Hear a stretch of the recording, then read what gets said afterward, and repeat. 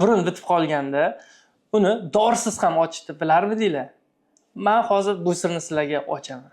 Achchiq taomlarda kapsaitsin moddasi bo'lib, bu modda burunning shilliq qavatidagi nervlarni qo'zg'atadi, yonish hissini beradi va burundan nafas olishni yengillashtiradi, burunni ochadi. Vaqtinchalik maza qilib nafas olasiz.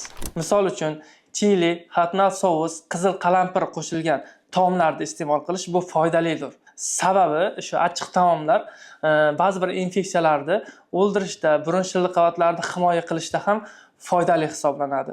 Agarda achchiq taom yeganda ham burningiz ochilmasa, albatta lor shifokoriga murojaat qilish kerak. Sababi burun tuzi qiyshiqligi, vazomotor rinit yoki burun halqum yo'lida adenoid vegetatsiyalari bo'lishi mumkin.